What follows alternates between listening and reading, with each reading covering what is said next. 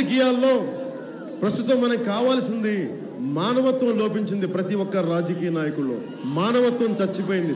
సాటి మనిషి బాధ, సగటు వ్యక్తి ఆవేదన వాళ్ళకి అర్థం కావు.